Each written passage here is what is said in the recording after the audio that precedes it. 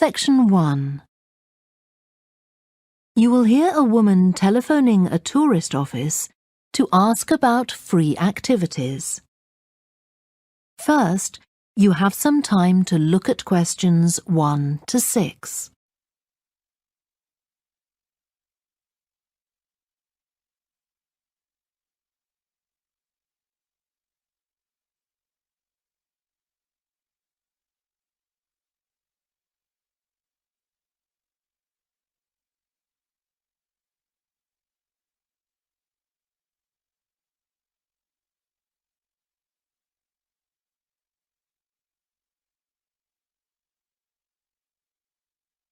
You will see that there is an example that has been done for you.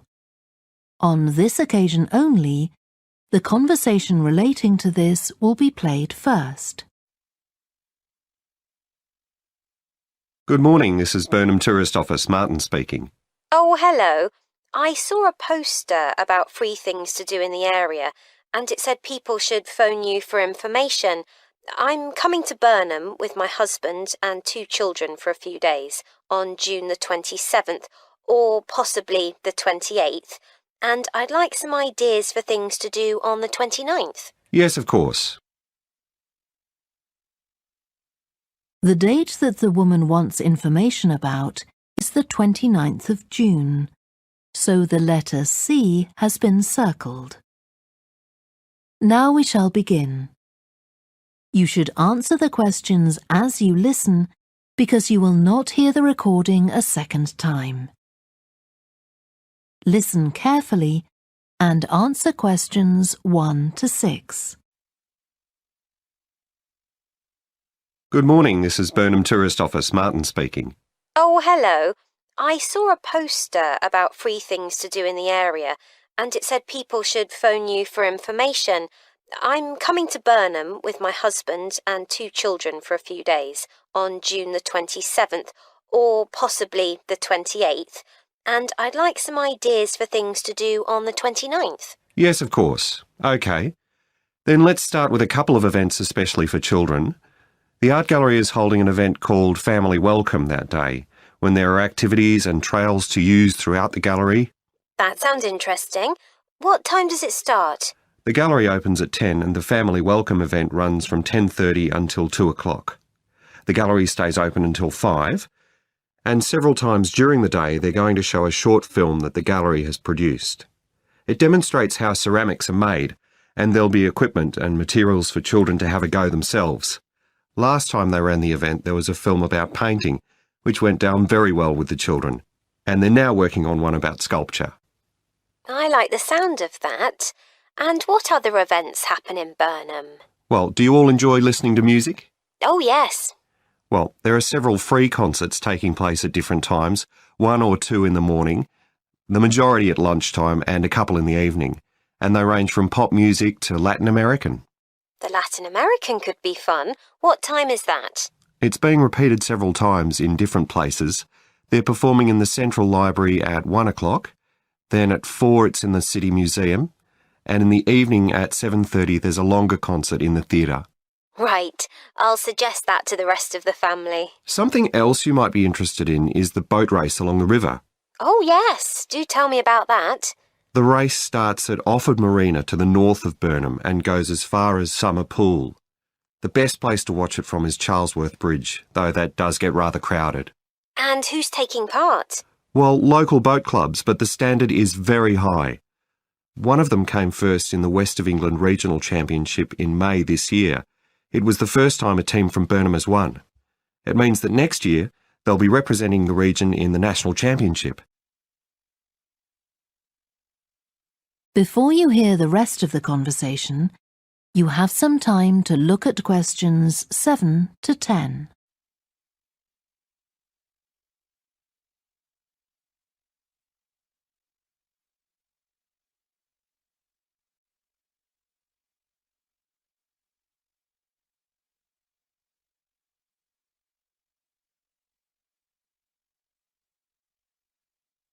Now listen and answer questions 7 to 10. Now, I've heard something about Paxton Nature Reserve. It's a good place for spotting unusual birds, isn't it? That's right, throughout the year. There is a lake there as well as a river, and they provide a very attractive habitat. So it's a good idea to bring binoculars if you have them. And just at the moment you can see various flowers that are pretty unusual. The soil at Paxton isn't very common. They're looking good right now. Right. My husband will be particularly interested in that. And there's going to be a talk and slideshow about mushrooms, and you'll be able to go out and pick some afterwards and study the different varieties. Uh-huh. And is it possible for children to swim in the river? Yes, part of it has been fenced off to make it safe for children to swim in. It's very shallow and there's a lifeguard on duty whenever it's open. The lake is too deep, so swimming isn't allowed there. OK, we must remember to bring their swimming things in case we go to Paxton. How long does it take to get there by car from Burnham? About 20 minutes, but parking is very limited, so it's usually much easier to go by bus, and it takes about the same time. Right. Well, I'll discuss the options with the rest of the family. Thanks very much for all your help. You're welcome. Goodbye. Bye. That is the end of section 1. You now have half a minute to check your answers.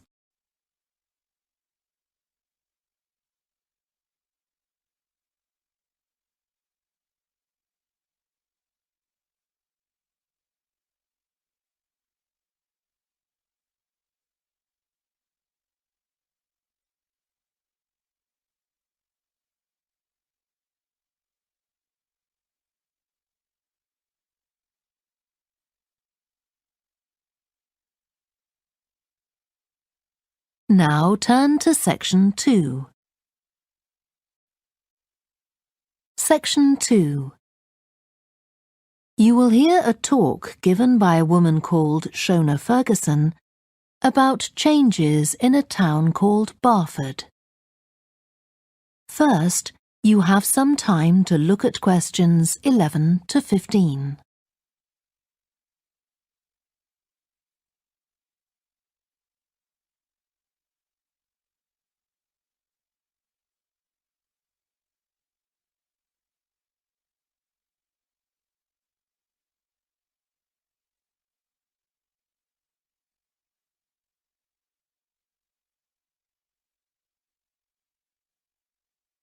Now listen carefully and answer questions 11 to 15. First of all, let me thank you all for coming to this public meeting to discuss the future of our town. Our first speaker is Shona Ferguson from Barford Town Council. Shona. Thank you. First, I'll briefly give you some background information. Then I'll be asking you for your comments on developments in the town. Well, as you don't need me to tell you, Barford has changed a great deal in the last 50 years. These are some of the main changes. 50 years ago, buses linked virtually every part of the town and the neighbouring towns and villages. Most people used them frequently, but not now, because the bus companies concentrate on just the routes that attract most passengers. So parts of the town are no longer served by buses. Even replacing old, uncomfortable buses with smart new ones has had little impact on passenger numbers. It's sometimes said that bus fares are too high, but in relation to average incomes, fares are not much higher than they were 50 years ago. Changes in the road network are affecting the town. The centre was recently closed to traffic on a trial basis, making it much safer for pedestrians. The impact of this is being measured. The new cycle paths separating bikes from cars in most main roads are being used far more than was expected, reducing traffic and improving air quality. And although the council's attempts to have a bypass constructed have failed, we haven't given up hope of persuading the government to change its mind. Shopping in the town centre has changed over the years. Many of us can remember when the town was crowded with people going shopping. Numbers have been falling for several years, despite efforts to attract shoppers, for instance by opening new car parks. Some people combine shopping with visits to the town's restaurants and cafes. Most shops are small, independent stores, which is good, but many people prefer to use supermarkets and department stores in nearby large towns, as there are so few well-known chain stores here. Turning now to medical facilities. The town is served by family doctors in several medical practices, fewer than 50 years ago, but each catering for far more patients. Our hospital closed 15 years ago, which means journeys to other towns are unavoidable.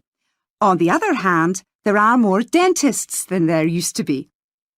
Employment patterns have changed along with almost everything else. The number of schools and colleges has increased, making that the main employment sector. Services such as website design and accountancy have grown in importance, and surprisingly perhaps, manufacturing hasn't seen the decline that has affected it in other parts of the country. Before you hear the rest of the talk, you have some time to look at questions 16 to 20.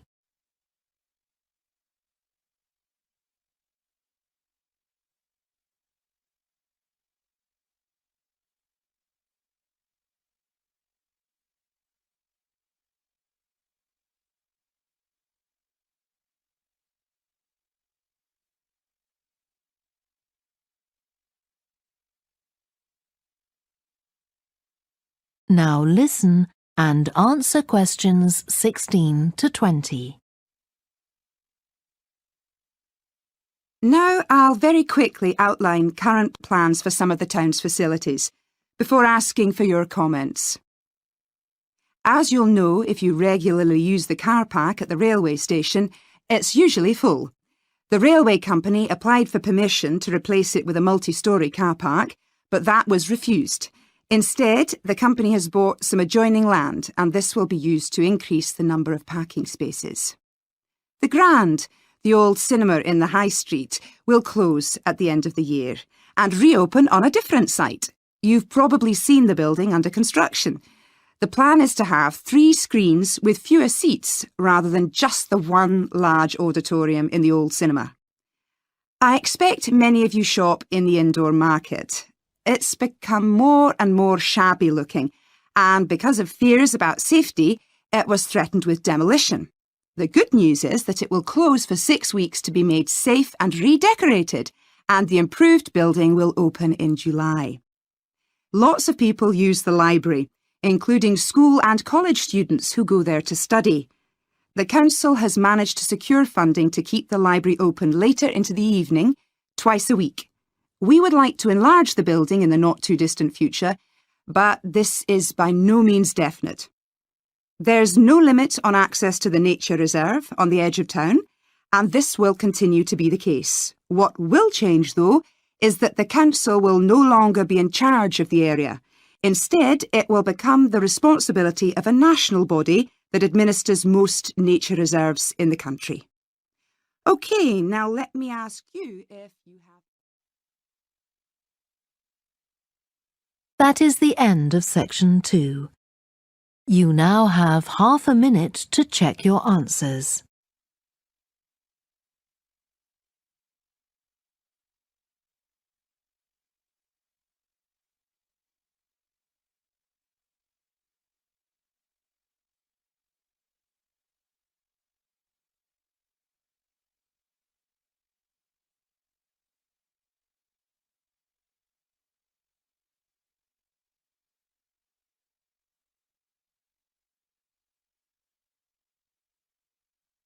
Now turn to section 3.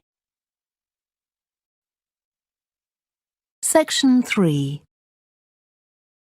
You will hear 2 students called Helen and Jeremy, who are studying creative writing, discussing a project for their course which involves writing and illustrating stories for children. First, you have some time to look at questions 21 to 26.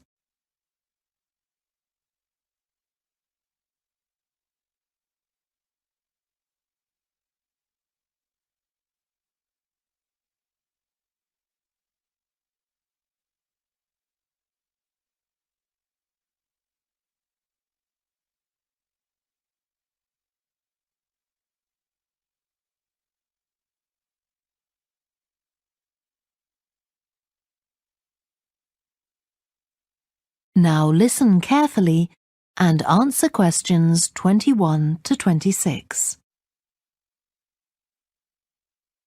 Hello, Helen. Sorry I'm late. Hi, Jeremy, no problem.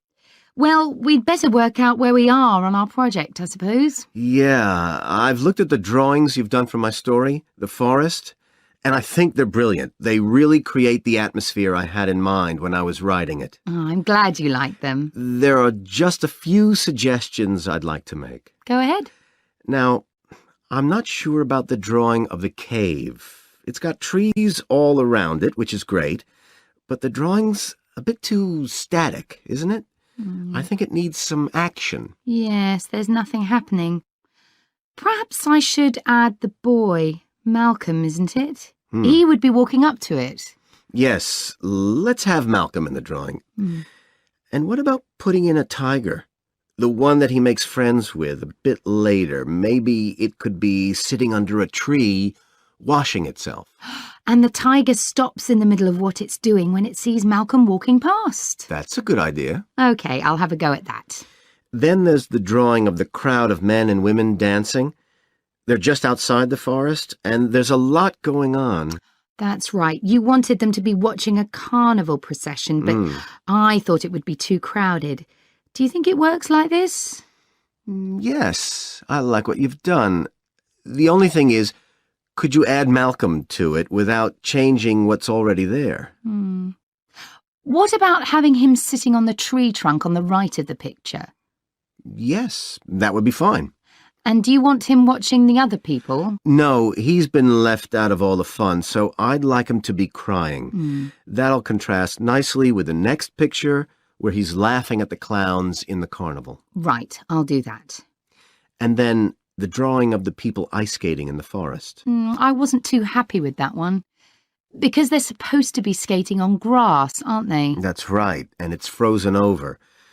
At the moment, it doesn't look quite right. I see what you mean. I'll have another go at that. And I like the wool hats they're wearing. Maybe you could give each of them a scarf as well? Yeah, that's easy enough. They can be streaming out behind the people to suggest they're skating really fast. Great. Well, that's all on the drawings. Right. So you've finished writing your story and I just need to finish illustrating it, and my story and your drawings are done. Before you hear the rest of the discussion, you have some time to look at questions 27 to 30.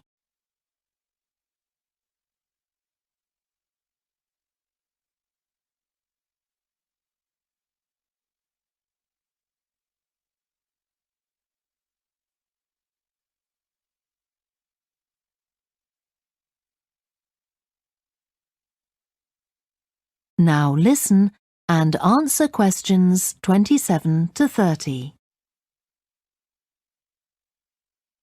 So the next thing is to decide what exactly we need to write about in the report that goes with the stories and how we're going to divide the work. Right, Helen. What do you think about including a section on how we planned the project as a whole, Jeremy? That's probably quite important. Yeah, well, you've had most of the good ideas so far. How do you feel about drafting something? Then we can go through it together and discuss it. OK, that seems reasonable. And I could include something on how we came up with the ideas for our two stories, couldn't I? Well, I've started writing something about that, so why don't you do the same and we can include the two things? Right. So what about our interpretation of the stories? Do we need to write about what we think they show, like the value of helping other people or that sort of thing? That's going to come up later, isn't it? I think everyone in the class is going to read each other's stories and come up with their own interpretations, which we're going to discuss. Oh, I missed that. So it isn't going to be part of the report at all? No. But we need to write about the illustrations because they're an essential element of children's experience of reading the stories. It's probably easiest for you to write that section, as you know more about drawing than I do. Maybe, but I find it quite hard to write about. I'd be happier if you did it.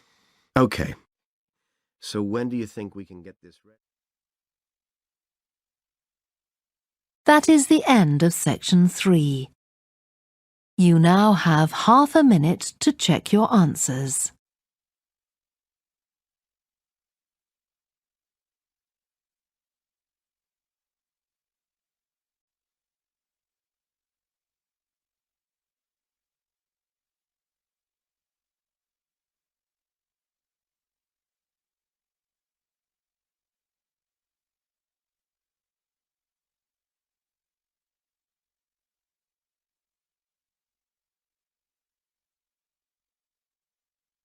Now turn to section 4. Section 4. You will hear part of a lecture to business students about the use of one particular type of research known as ethnography. First, you have some time to look at questions 31 to 40.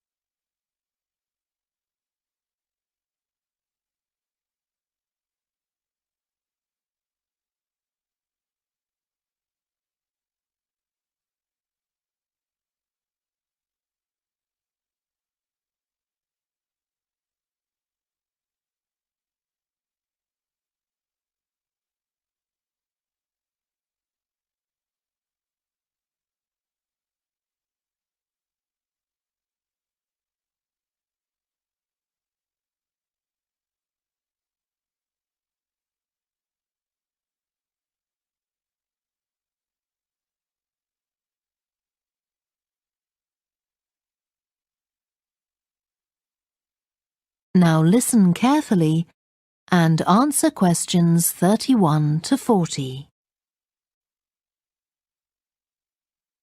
So, what I'm going to talk about to you today is something called ethnography. This is a type of research aimed at exploring the way human cultures work. It was first developed for use in anthropology, and it's also been used in sociology and communication studies. So, what's it got to do with business, you may ask? Well, businesses are finding that ethnography can offer them deeper insight into the possible needs of customers, either present or future, as well as providing valuable information about their attitudes towards existing products. And ethnography can also help companies to design new products or services that customers really want. Let's look at some examples of how ethnographic research works in business. One team of researchers did a project for a company manufacturing kitchen equipment.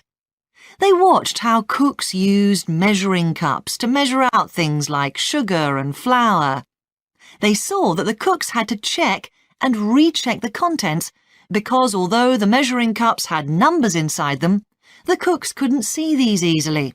So a new design of cup was developed to overcome this problem, and it was a top seller.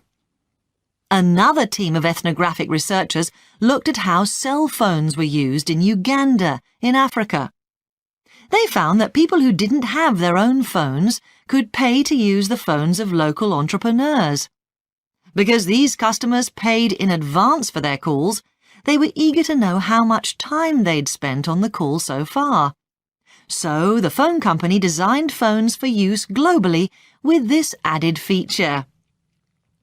Ethnographic research has also been carried out in computer companies. In one company, IT systems administrators were observed for several weeks. It was found that a large amount of their work involved communicating with colleagues in order to solve problems, but that they didn't have a standard way of exchanging information from spreadsheets and so on. So, the team came up with an idea for software that would help them to do this. In another piece of research, a team observed and talked to nurses working in hospitals. This led to the recognition that the nurses needed to access the computer records of their patients no matter where they were. This led to the development of a portable computer tablet that allowed the nurses to check records in locations throughout the hospital. Occasionally, research can be done even in environments where the researchers can't be present.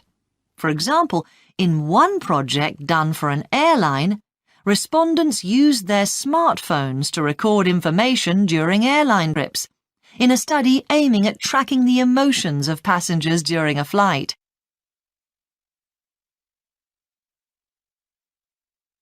So, what makes studies like these different from ordinary research? Let's look at some of the general principles behind ethnographic research in business. First of all, the researcher has to be completely open-minded. He or she hasn't thought up a hypothesis to be tested, as is the case in other types of research. Instead, they wait for the participants in the research to inform them. As far as choosing the participants themselves is concerned, that's not really all that different from ordinary research.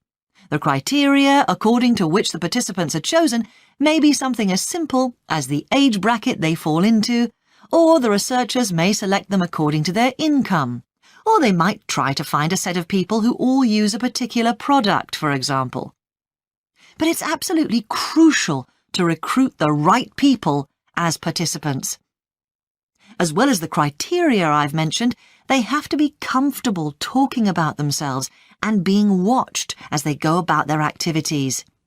Actually, most researchers say that people open up pretty easily, maybe because they're often in their own home or workplace. So, what makes this type of research special is that it's not just a matter of sending a questionnaire to the participants. Instead, the research is usually based on first-hand observation of what they are doing at the time. But that doesn't mean that the researcher never talks to the participants. However, unlike in traditional research, in this case, it's the participant rather than the researchers who decides what direction the interview will follow. This means that there's less likelihood of the researcher imposing his or her own ideas on the participant. But after they've said goodbye to their participants and got back to their office, the researcher's work isn't finished. Most researchers estimate that 70 to 80% of their time is spent not on the collecting of data, but on its analysis, looking at photos, listening to recordings and transcribing them, and so on. The researchers may end up with hundreds of pages of notes. And to determine what's significant, they don't focus on the sensational things or the unusual things. Instead, they try to identify a pattern of some sort in all this data and to discern the meaning behind it. This can result in some compelling insights that can, in turn, feed back to the whole design process. That is the end of section 4. You now have half a minute to check your answers.